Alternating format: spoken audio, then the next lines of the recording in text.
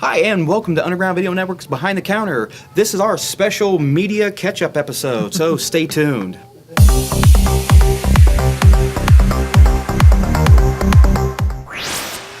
Hi, welcome back to Behind the Counter with Michael Boroff, and with me to my left, your right. Always get them mixed up. Yes, is Richard Catterjohn. Hello. In our last episode, we got to apologize for you not seeing our gorgeous faces for a while. Last time you got to see us was, like we mentioned, at the Halloween Trunk Air Treat Fest here in Lime, Ohio. A lot has happened between then and now. It's been a fantastic year, even so far, for TV, movies, comics. Dear God, it was so hard to keep up with. Normally, when we're getting ready to do a show, it's like, what do you want to talk about? Well, I'm not really sure. I read this. This time, it's like, what can't we talk about? There's so much.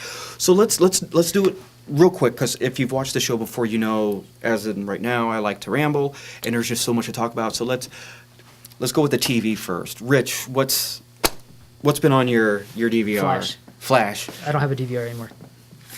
Yes, neither do I. I have to come out and say that I made the switch from cable TV to Netflix and Hulu.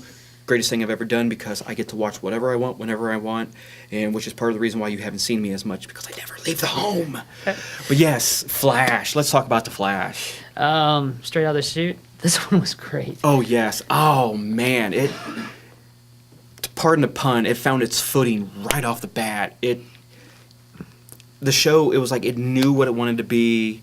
It went for it, I mean, it was costume, but yeah, at the same time, not Yes. Costume, but not quite CW. Yes. I kind of liked that. It didn't quite have that CW feel. Yes, it didn't have that, how do we put this, pretty boy model, everybody's gorgeous feel to it, I really enjoyed the show, and even... Oh, yes. And then all the little tidbits back to the comics. Yes. Popping here and there. You want to talk about not teasing, man. They threw out some of the rogues just like right off the get-go and nailed them. That was one of the big fears, like before the show started, also being on the CW, that they were going to do the Smallville Freak of the Week kind of, And it did start that way. It did start that way, but it's really ramped it up, and it's not even just what makes a great show to me is not just the central character being great. This has a great ensemble cast. Oh, yeah. And not only that, but there's so much, Wells, Dr. Wells. Yeah, it had that feel where you don't know what he was. And Yeah, right from the still beginning. don't. Yeah. Oh, yeah, right off the bat. I think Oliver Queen put it best in the great episode of, The Arrow of the Flash, where it's like something off about that guy. It's like a Doom Patrol feel. Yes. Yeah, and that was one of the great. Oh man, that was one of the great highlights this year. Was the Arrow and Flash, the crossover. The crossover. Oh man, it was so. And then coming up within a couple weeks is the next crossover. Yes. The Atom. Yeah, God, looking forward to the Atom.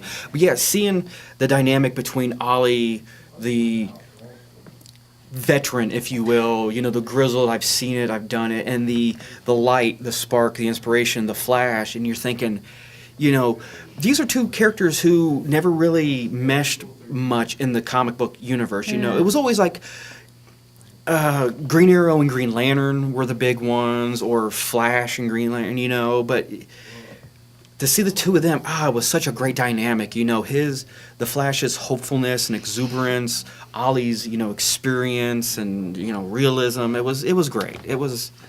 And just like last week's episode, the Speed Force. Oh, yes, they finally said the Speed Force. They said the Speed Force. And I don't know about you, but when I saw Wells get it, because we've seen him walk. And I think we all did that same thing the first time he got out of that wheelchair, like, what? It makes sense, I think. Then this last week when you got to see him stand up and do that speed, you're like, whoa. It's like little things, like, wait a minute, when he ran, he was red, and, we saw also the introduction of the Man in Yellow, the Reverse Flash, well done on that. Yeah. That was, and it's still, everybody seems to think they know who the Reverse Flash is, but I just get that feeling we don't, Who knows? And there's always time travel. There's always because they're talking time travel. Yes, they've already kind of introduced us real slyly to the cosmic treadmill, or just the treadmill, Right. And But I have to mention Arrow. Arrow has been so good. That's yours. I love, for God's sakes, I dress up as the man, and I love the show.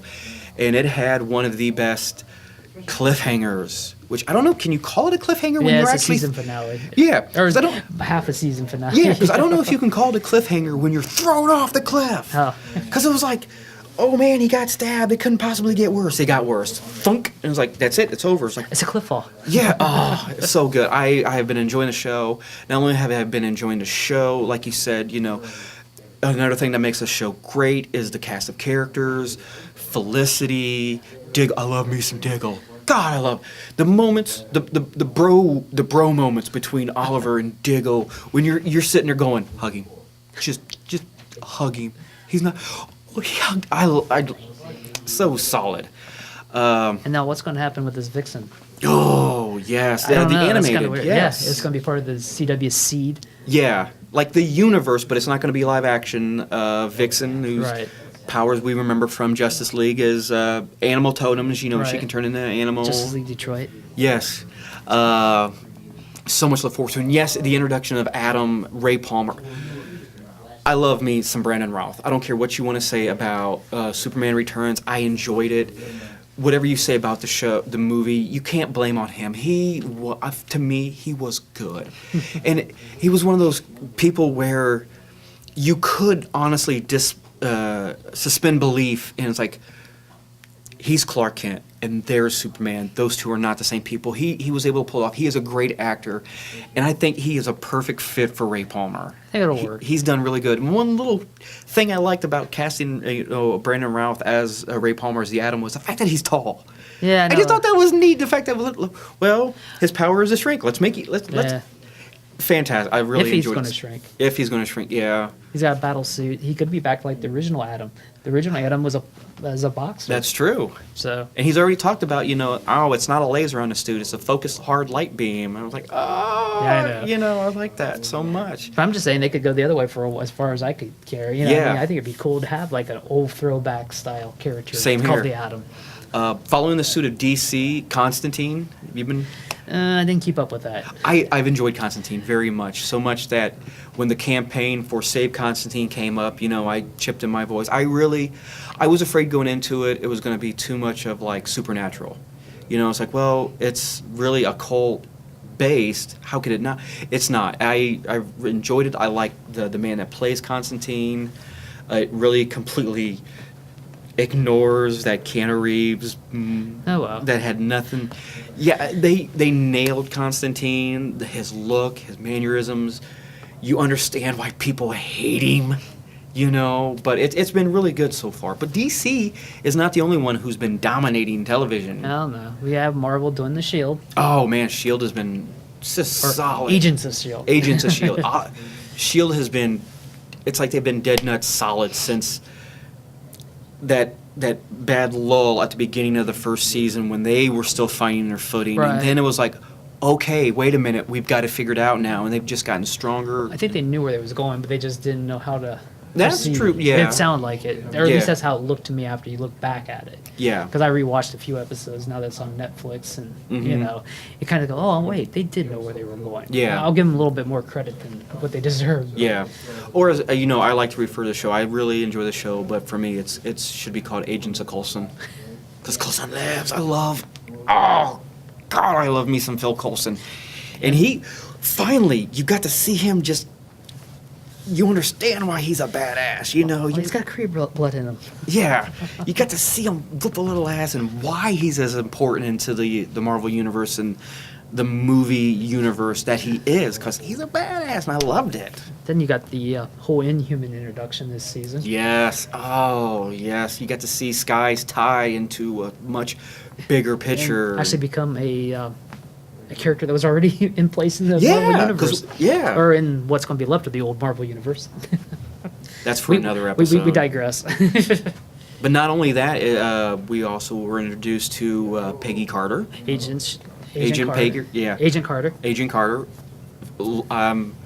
I mean, it just picks up like this is taking place before that little short that was in with the Iron Man. Yeah. So this is like her building herself up to where they will leading to Shield then. Yeah, and it's been really. So I love that time period, and they've nailed it so well. And it's such a dynamic to see, you know, in Captain America, you know, Peggy Carter was well respected and she was a force to be reckoned with. But unfortunately, you know, since the war is over, she's gone back to work. Well, whichever. Yeah, you know, she's out of the military and you know, back to doing, you know. Well, she's in America. Where she? Yes. It's kind of weird how she would have moved from over there back to America and not stay with England and become Yes. part of a Captain Britain. Especially the fact that, you know, in that time period, women were very well regarded as equals. You know, she's Go get the coffee. yeah, go get the coffee. Here's a sandwich order. You know, But they're touching on that, yes, which is good. This is really good. So yes, Agent Peggy Carter has been And very hopefully solid. the introduction of the Black Widow program this week. Oh yeah, with Dottie, that was something. Out of the blue. Yeah, yeah. Just imagine, you know, what we know of Black Widow and her fighting style. Imagine seeing that in a poodle skirt. That was pretty kick-ass. That was very much enjoyable.